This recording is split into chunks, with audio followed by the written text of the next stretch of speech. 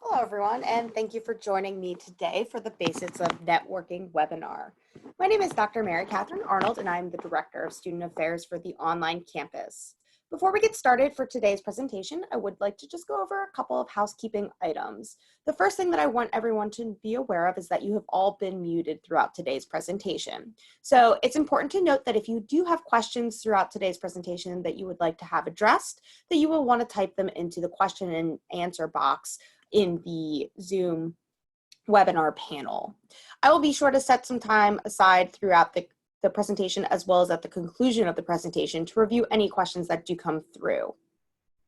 I also wanted to remind everyone that this presentation is being recorded. So although I do ask that you take some notes throughout the presentation, should you happen to miss anything or want to review it again at a later date, we'll make sure that you each receive a copy of the presentation and the recording, as well as making sure that it will be accessible via our YouTube channel. And so without further ado, let's go ahead and jump into discussing the basics of networking. So today, what we're going to be talking about is we're going to break it down to the basics of the who, what, where, when, and why do we network.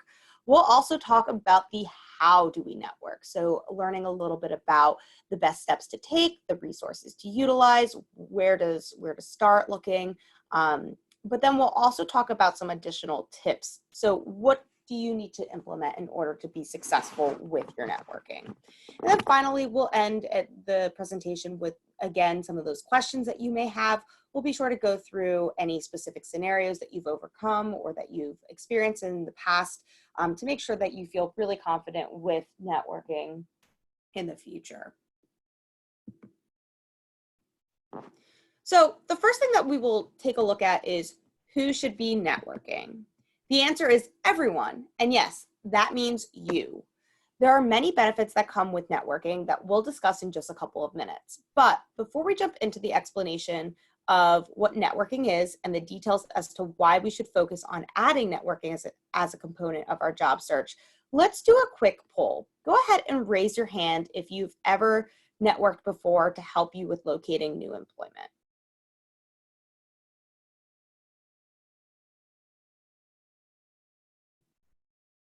So it looks like about half of us have and half of us haven't. And that's perfectly fine. You know, we definitely want to be aware of it and the importance and the significance that it can hold throughout your job search. But before we really jump into that, let's go ahead and talk about what is networking. So how is networking defined? What makes it what it actually is?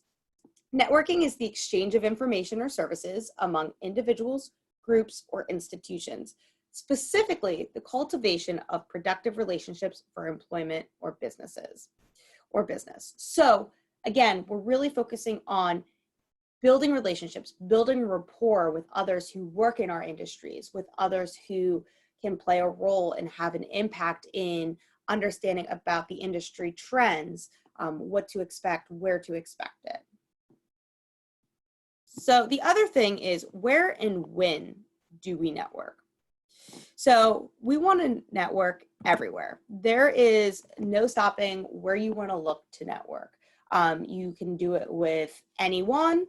You can do it in any means. It doesn't really matter. You want to do it at any time and keep it pretty consistent. It's really important to remember that in order to find success with your networking efforts, it has to be something that you're regularly thinking about, that you're cognizant of, and something that you're regularly doing. And that means that you can do it face-to-face or virtually. So there's no real constraints as to how we network. Some people prefer doing it in the face-to-face setting, so going to physical networking events. Right now with the coronavirus and COVID-19, it makes it a little bit challenging to host these types of events and to be able to practice social distancing and safe practices with it. But generally speaking, that is one way that a lot of individuals tend to prefer, because you can start putting a face with the name of the individual. You can make that physical and personal connection. You might be able to pick up on something of their attire or something, maybe it's like a tattoo that, you know, you have a connection between that individual with. Whatever it is, a lot of people tend to prefer the face-to-face networking just because it's a little bit easier a lot of times to build that relationship. Because you have additional features and factors that can play a role in your networking And you also can do it virtually. And this is right now what I would probably suggest most of us doing with everything that's going on in the world. But virtually, there's lots of different means out there. You can look at alumni groups, you can look at LinkedIn, you can look at just kind of reaching out and finding emails and, using your own social media, your own what you already have established, you can utilize to really help you to build and create that network. But the major question that we really want to focus on is, why do we network? So if anything, the statistics should speak to themselves as to why you should network. As Christina Vukarva reported in December 2019, 85% of all positions are said to be filled through networking efforts. That goes much further than beyond just knowing what websites to use in your job search and what jobs you're actually qualified for. In fact, her report stated that 70% of job seekers found their job through connections that they had in a company. So knowing someone in a company and using them as a reference is a huge component to networking. I can tell you just from my personal experiences, I've found pretty much probably out of my last 5 jobs, probably 4 of them have been from networking. So it really helps to open up the door, open up opportunities, get your foot through the door, be able to kind of decrease some of those barriers that might exist if you didn't already know someone or didn't already have a connection. But a lot of times when we know someone who already is working for a company, or they happen to have a close relationship with someone else who works for a said company that we're interested in applying to, a lot of times what that does is you're already getting the stamp of approval from someone else that is already respected among that community, and that makes it a little bit easier. But looking beyond the statistics and the facts that more jobs are secured through networking, you also want to network because of a lot of different reasons. One of them being many companies try to hire and fill roles from within first. They do this for many reasons, including the first reason is that it saves money. It can cost a huge amount for a company to fill a role, from the cost of the open requisition, marketing, time with duties, needing to be doubled by others in the company, and possible drops in productivity, to even something as simple as the resources and the time that it takes to screen and interview candidates for the job. These are all lots of ways that money is spent.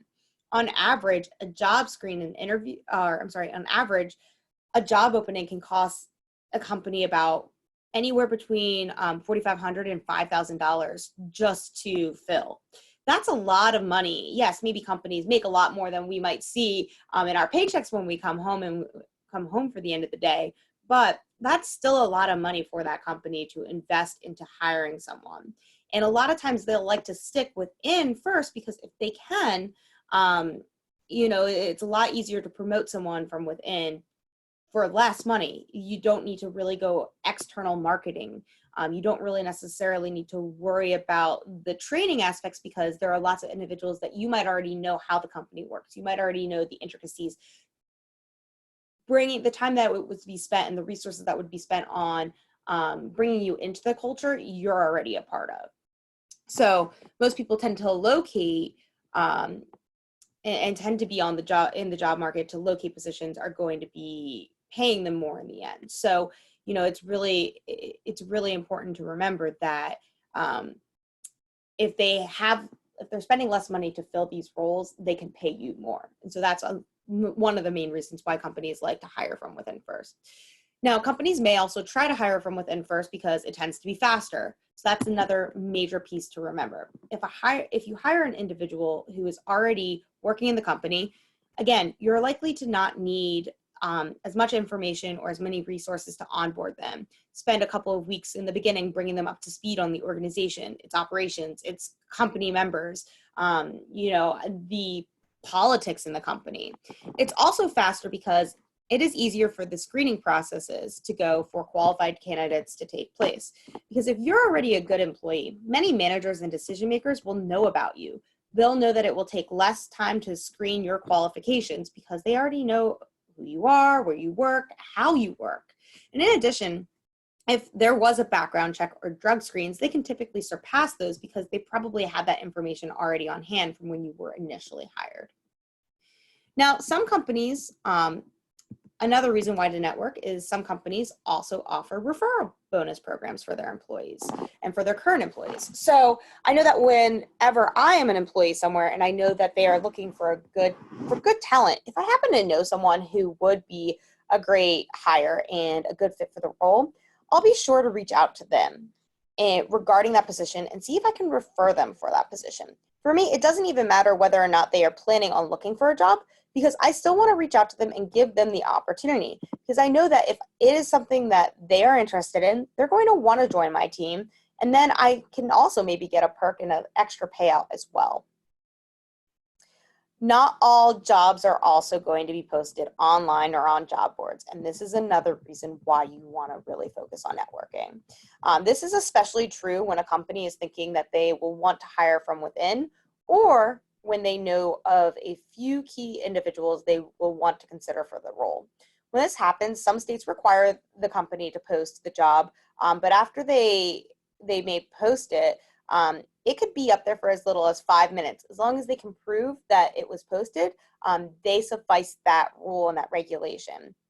And what that does is by posting it, then they're able to wait till that individual that they initially had in mind to apply for that job until they actually apply for that job, and then they can close it saying, we think we have all the qualified candidates that we need. So by networking, you could become that individual that the company is waiting for, or that the hiring manager has in mind for that job, and be one of the first ones to be considered.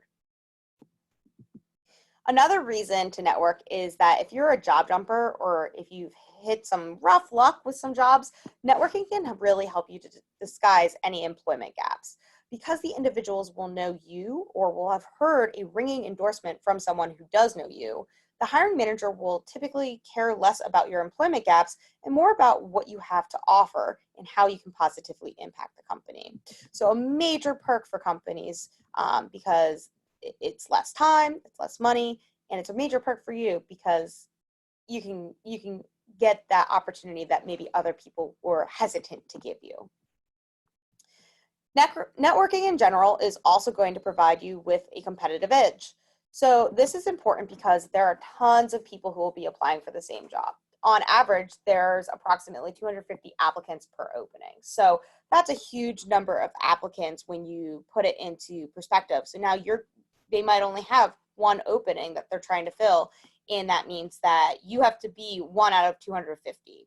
Now, although not all of those candidates that are applying are qualified for the job, typically the recruiter and or the hiring manager will take some time to review those resumes and applicants and applications and decrease that number by those who they think that they want to consider, or those that actually meet the requirements of the job. And they'll typically drop that number down to about 10 to 12 candidates. And at that point, that's when they'll typically start doing something like a phone screen to help narrow down those individuals to even a smaller number. And what networking really does for you is it gives you the competitive edge, because it can help you to get your information to be considered and automatically be flagged as one of those like 10 to 12 candidates that they were initially considering for the phone screen. And that's really, it's a really big help, because you want to be in that top couple of resumes and applicants. If you're not, you might not be considered for an interview, because again, you're going against so many individuals. It's also important to network because it builds references from established professionals. It is important to remember that if you do it correctly, that networking can help you to pretty much exponentially grow your relationships and the individuals that you know, to help you really get that position in the organization that you have an interest in.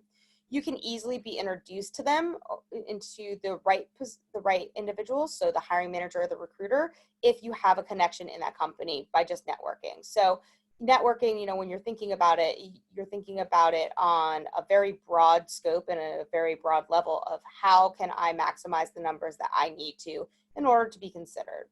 Being directly connected with established professionals helps you just to connect to others and other individuals. So you want to also keep in mind that when you're networking, that that it's a good thing to try and build a relationship with anyone and everyone, because you just never know who knows who and who might be able to help you grow your network and be able to refer you or get you in connection with that job that you're really interested in. And then the final major reason why you should consider networking is that it tends to decrease the length of a job search. So an alarmingly high number of individuals who are offered jobs aren't even actively seeking positions. So what does that mean for you? What does that mean in general? That means that whether or not you plan on actively looking for a position, you should always focus on your networking and always stay in contact with those who might be able to assist you down the road.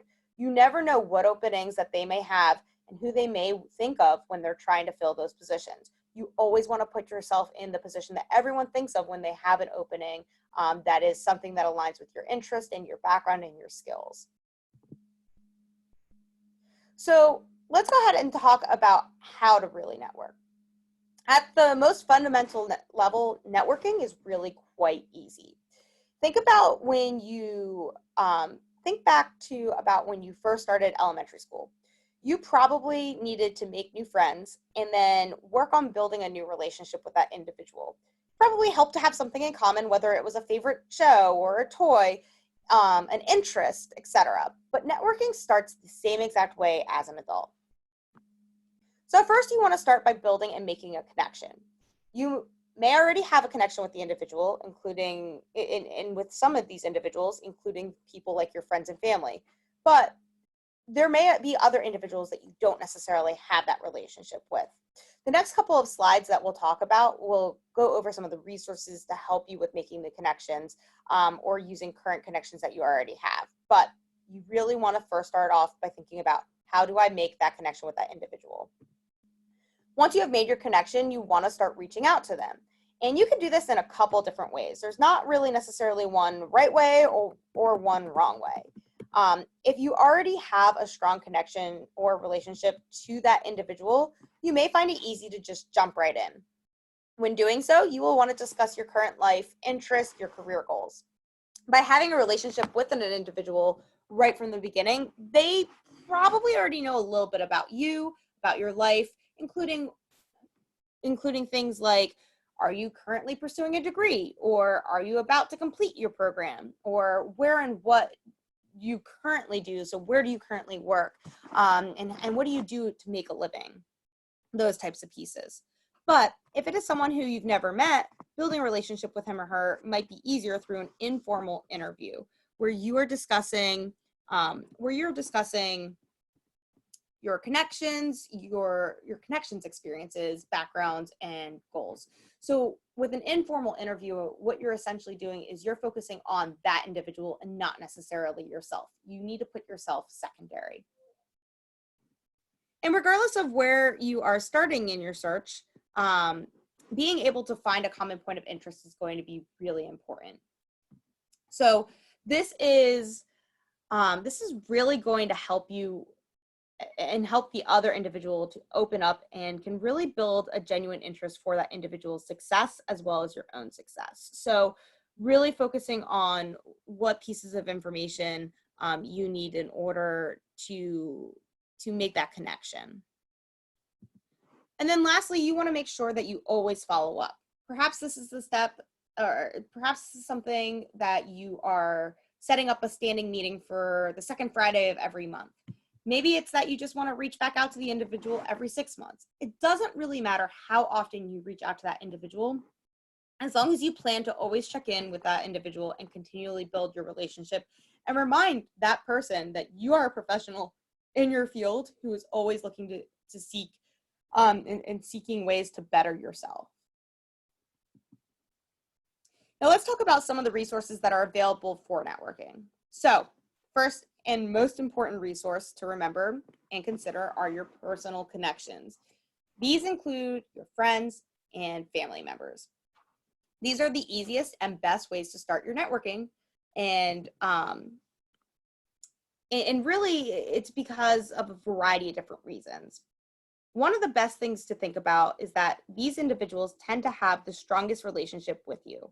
Whether it is a parent, a sibling, a cousin, a best friend from kindergarten or college, these individuals know who you are and how you are. Your friends and families can best speak to and best speak about your work ethic, your strengths, your weaknesses, your interests, and what makes you you. They have seen you through the good times and the bad and know about your resilience and abilities. They also are the most invested in your personal success in who you are as an individual. So this means that they will typically have your back even in the worst cases scenarios and the worst times. You also want to reach out to these types of individuals um, because a lot of times they're going to be more scattered throughout a variety of different industries. So when you're talking about creating a strong network, this means not only looking at the individuals who work in your industry, but also others outside of your industry. Networking should work on an exponential level. So I've mentioned this a couple of times. So thinking about, there's one person that I know, let me look into their network and see who they can connect me with. For every one person in your network, you should be able to meet at least 2 to 3 more from that individual, from their network, and so on and so forth. You never know who knows who and who might work for a company that you're interested in. Keeping this in mind, your friends and family are more likely to be able to easily introduce you to someone who may help you, especially if they are close with that other individual. It is easier to invite you to a happy hour as a family member or a close friend where you can meet others who currently work in the industry or company of something that you're interested in than it is to meet up with a stranger who you just met on like a social media website or someone that you just kind of passed at maybe a conference. So your friends and your family really know you and who you are, and that makes it easier for you to be able to meet someone, especially if you're talking about like a happy hour type of event at their company. You know, if you go along and you meet these other individuals, chances are your friends and your family have probably talked about you to these other individuals that they're introducing you to. And that's really important to think about, because there's a lot of they already kind of know a little bit about you. Hopefully it's all good things, but that's always, it makes it easier to really make that strong relationship. And that brings me to our next major resource, looking at things like social media. Now, I know there are lots of different ways that you can grow your network and improve your networking efforts through social media. Here are a list of some of the platforms that you can use that may help you. You may find it helpful to use Facebook. Now, although I encourage you to tread lightly with this resource, you will see that there is a section in Facebook that is dedicated to job searching.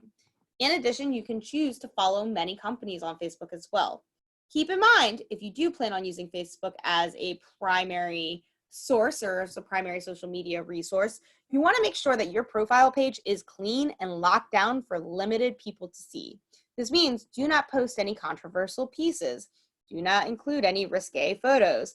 Do not use profanity. Simple things, keep in mind that since Facebook is more for social networking, less for professional networking, the content that many people post on Facebook and the type of content that a lot of people see do not really give that finalized, polished look of who you are as an individual. Now, however, as a job seeker, if you do keep that polished look, it can still be a great resource where you can post your links to your own website, to your portfolio, and other important job searching materials. Twitter can be another resource for you to look into as well. Again, this is similar to Facebook, where I will tell you to tread lightly because Twitter is social and not professional networking. You still want to be careful about things of what you're posting, the content that you're posting, how you're posting it. The one thing to also keep in mind when using a Twitter is that you can highlight what you are searching for in your tweets, as well as follow companies of interest. This can really help you to stay in the know, quote unquote, regarding things like job trends, industry trends, and companies and the company's place in the market, and the good and the bad that they do. Are they looked upon as a positive company? Do they have a negative image? What are the things that they're doing to try and promote their image into a more positive direction? And by knowing these pieces, that can really help you to also feel well equipped for yourself in an interview. Now, I did, however, want to talk about what I consider to be the best platform for last, which is LinkedIn.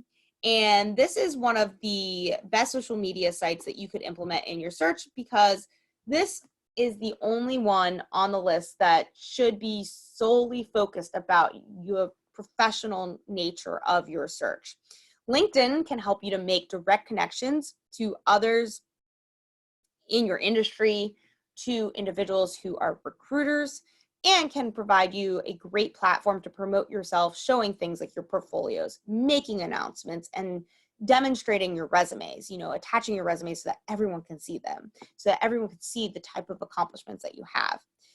In addition, LinkedIn, on this platform, you can also search for a company and find people who directly link with that organization. Search for specific individuals, search for specific types of jobs, and search for groups that you want to join. Not only can you stay abreast of the industry trends, but also things like company announcements, meeting new people, having a direct way and a direct line of contact to your new connections. So why should we use these platforms? Like I said, it's really all about these types of areas, really being able to understand the companies and the individuals who work for them, being able to have that direct line of communication so that doesn't seem very uncomfortable when you first and initially reach out to them.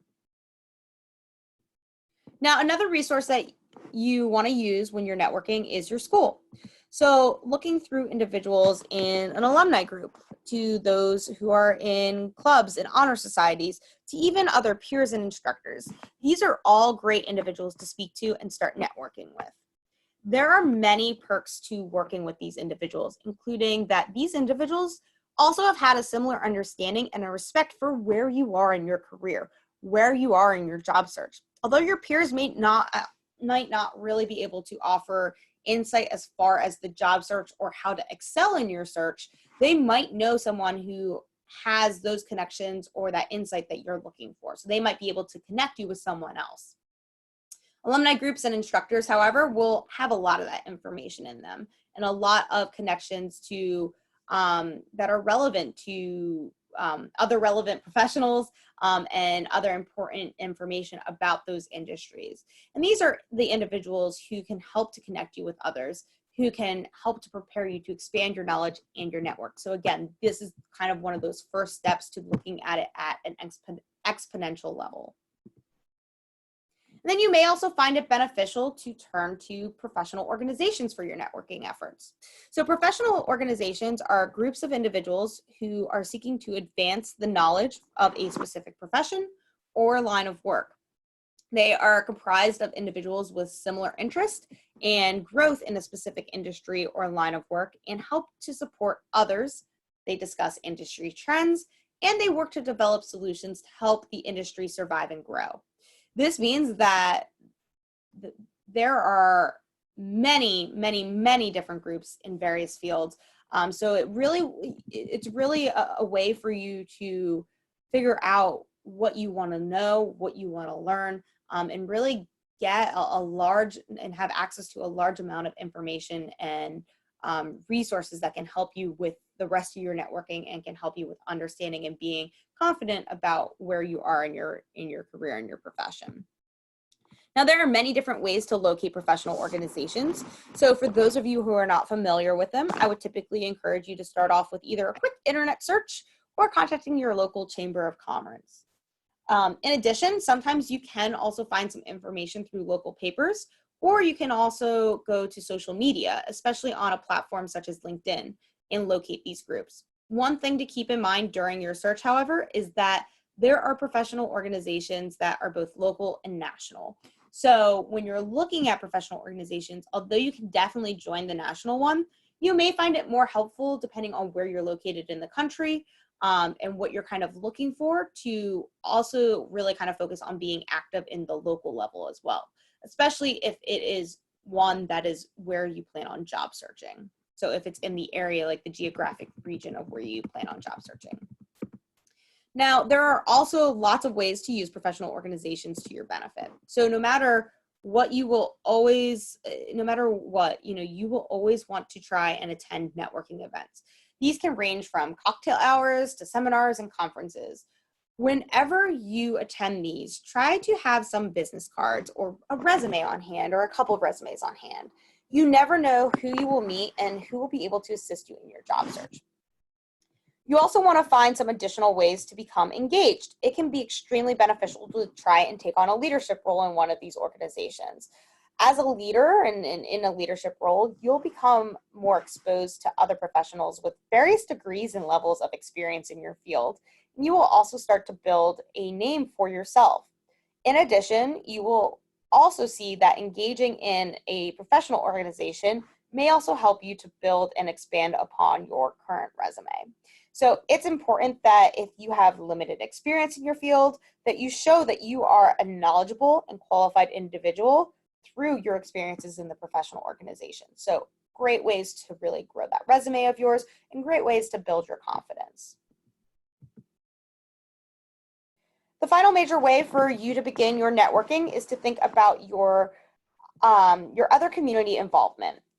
So many individuals belong to things like churches, dance groups, music groups, volunteer groups, etc. These are all fantastic resources that you can use to help increase and improve your networking. Similar to the how and why, we like to turn to our family and friends first. Individuals who we have developed relationships with outside of our circle and who we see pretty regularly probably have developed a good sense of who we are as a human being and who we are as a professional. These individuals will typically be able to speak to our good qualities and know more specific details about our educational training and experiences. Although they may not all be experts about our backgrounds, they will typically be more inclined to provide us with an introduction to some other professional or someone else who might be able to help us learn or get that foot in the door for where we're looking to go. And at the end of the day, what that does is that just helps you to expand your network quicker. So I know I went over most of this and how to network pretty quickly and in a short amount of time, but I also want to make sure that I'm able to give you a clear outline to the steps that you'll need to take in order to be successful with networking. Once you have made your initial connection, you will want to make contact and have a conversation. What does that conversation look like? Try going into things in detail about the position that you're interested in, what it is that you're looking for. If you're unsure of some of the specific details, be sure to ask them questions and maybe ask them things about ask them if they know of anyone at a specific company or wanted in your industry, or if they know someone who would be able to, help connect you with that, or have an opening that would fit your interests, or someone who might be able to help you find that opening. There's lots of different directions to start that, but really just kind of starting to get a feel for what it is that you're looking for, what it is that you need is something that's going to help you with building that relationship. And it's just a conversation. You also want to make sure that you're establishing an action plan. So never end a meeting without making sure that your connection and you are on the same page, and create an action plan with each other. Make sure that you're walking away from that meeting knowing how they plan on helping you, if they can help you at all. Find ways to provide value back to your contact, and that's going to be really, really important. So when you're building that relationship, a relationship is a two-way street. So you want to make sure that you're not using that individual by offering them some type of value. That's going to be something that's going to be really important to help to grow that relationship and keep that relationship flourishing in the future. And then make sure that you're keeping in touch and following up regularly by maintaining strong communication at all your connection with every single connection that you do. So by maintaining this strong connection and this strong communication, it's really going to allow your connection to feel like he or she is really important, and helps to keep you fresh in that individual's mind, and it shows that you're keeping that individual fresh in your mind. We don't want to walk away from that interaction and for the individual to forget about who we are and what all we talked about within like the next couple of days. We want them to remember us for years and years to come. There are also some other tips that you can keep in mind in order to be successful with your networking efforts. So actively reach out to a couple of people each day. This is going to be something that if you're able to do, it's really going to help you. You want to try to create a schedule where you're really continually reaching out to new connections that you have made. This doesn't mean that you have to spend hours doing it. It doesn't have to take up much time or effort. If you have a skeleton email or message built, you can use that as a guide for each email message you send. Think about the message that you want to send or that you would send in order to try and get the informational interview. This should say something like something about the individual that you're trying to connect with, and really what you would hope to learn from that individual. So for instance, a good informational interview email might read something like, "Dear Miss Smith, I hope that this email finds you well. I'm hoping that you are able to provide me with some advice. I'm a current health science student, and I saw that you have been working in nursing home administration for quite some time. I hope to one day enter the field of healthcare administration and locate a position as an activities director at a nursing home. I think with your many years of experience in the field, you could be a wealth of knowledge. I would be grateful if you could answer some questions for me about the industry and what you believe are the top skills for an activities director at a nursing home. I can only imagine how busy you must be. However, I feel that we both share a similar passion for the elderly care, and I would love to hear more about your success. Respectfully, Mary Catherine Arnold." Now, although you could reach out to everyone, I would encourage you that when you start your outreach to a couple of individuals each day, try targeting the ones that are really in your field of study, the ones who are working in types of positions that you would hope to one day get to. Maybe it's someone who's worked their way up the ladder and you're curious about how they worked up their way up the ladder. That's something that's, definitely a great way to kind of start the conversation, start building the rapport. You also want to try striving for a diverse network, not necessarily a large one. And this is also important to remember. Although a large network can help you if done correctly, you will eventually have a large network, and a diverse network can help you cover a little bit more ground faster. Because if you have a couple of individuals from a couple different fields that all have relationships to other people that are in the field that you're looking to get into, you're expanding your potential and your possibilities to make those connections with others a little bit faster. Be vigilant about your posts on social media sites, and this is something that I can't stress enough. Watch what you're posting. Even if it's something that you're posting on Facebook and you're reaching out to these individuals on LinkedIn, it doesn't matter. Watch what you're posting and be sure that all of your posts are professional. So make sure that the content is professional manner. So again, avoiding things like curse words, making sure that it's not too overly political, that you're not trying to be and create fights and arguments.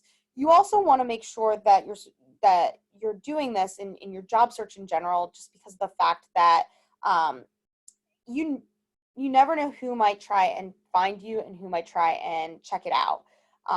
When looking for a job or networking,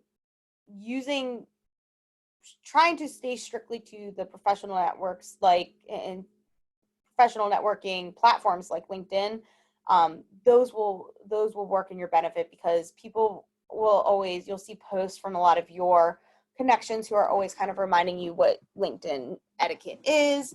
And everyone who is posting, not everyone, most people who are posting on LinkedIn, they're really focused on that professional piece. You would also find it helpful when you're going into network to know the type of company, position, and industry where you want to work.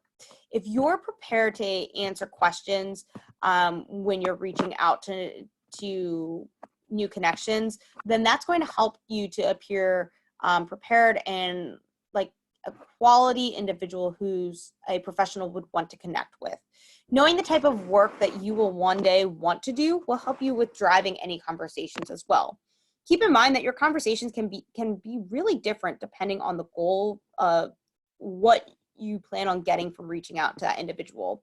So for instance, you might want to know if someone worked their way up the ladder, how they did it, where did they start, why did they choose the direction that they did. But that might be a little bit different from someone who's actually working in the position that you want to work in now, asking them for pieces of advice for what did they find was successful, what did they find that helped them to be successful in their search.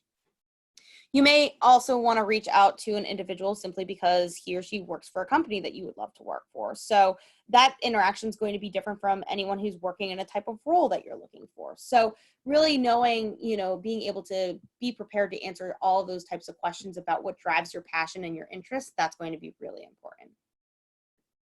And then always follow up with your connections. And I've said this a couple times throughout today's presentation, but the follow-up is the most important thing to keep implementing in your search. It is important because when you follow up, you are building a memory of yourself in that person's mind. So when you follow up, you show that you are a person of your word and that you are a serious professional in your job search. So hopefully now you have a thorough understanding of how to start networking. Definitely keep in mind that it is a lot of trial and error. You might try something and it works really well for you with one person, but it might not work really well for another one. Or you might try something for a couple different times and it might not work at all. So then you have to go back and change a little bit of what you're doing and what you're presenting. But be sure that you're not only utilizing the information that was presented to you in today's presentation, but you're also reaching out to your career services representative for more information too as you move forward. Because they'll be able to really help guide you on a one-on-one basis with what you're doing, how to respond, how to appear professional in these interactions. So, we want to make sure that you feel confident and comfortable moving forward with that. So we're definitely here to help you in whatever way we can. So before I end today's session, I would like to open up the floor for any additional questions or concerns that you might have, anything that you've thought of as we moved through some of the information that we had. So go ahead and type in any of the questions and answers that you might have.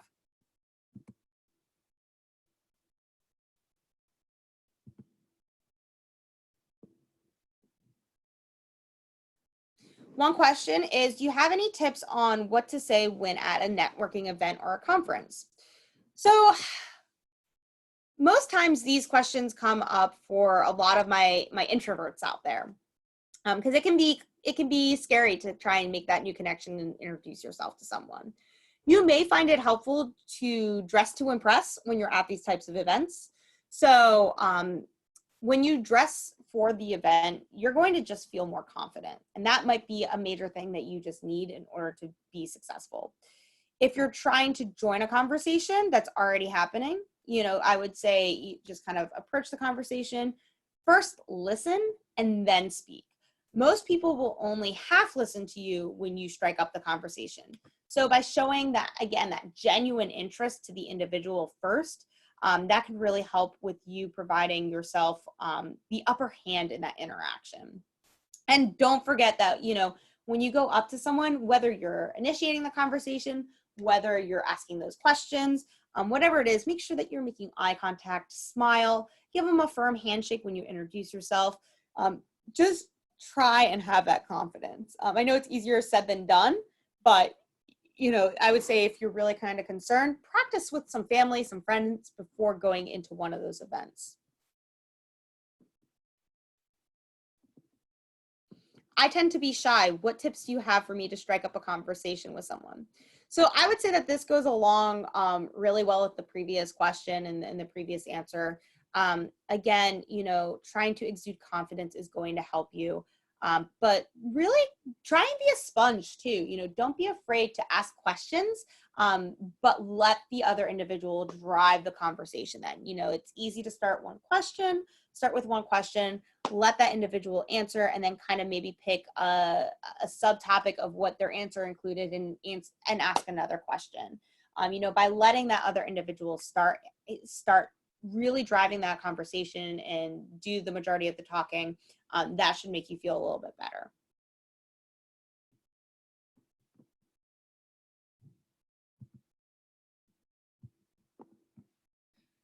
let's see. Do you recommend paying to be a member of a professional organization? That's a great question. I would say that it really depends on how badly you want to be a part of that specific professional organization. Remember, there are tons of professional organizations in all fields of study. So I would say before committing to that specific professional organization, do your research first. See if that really is the professional organization that you want to be a member of. See if they have any local chapters and how those might differ from national chapters for you. And then also make sure that that the goals or the way their conversations go or in the topics that they're discussing and the things that they're providing to you, the opportunities that they're providing to you, things that you're going to be interested in being a part of, and things that you think are going to help you to be successful with your networking efforts. I will say that typically memberships that require payment tend to offer different benefits as well. So especially in my healthcare fields, a lot of those types of professional organizations offer things like continuing education units. And then for, any other field, a lot of times they'll also offer things like discounts on insurance of some sort. So you might want to look into all the benefits before deciding whether you specifically want to go down that direction or not.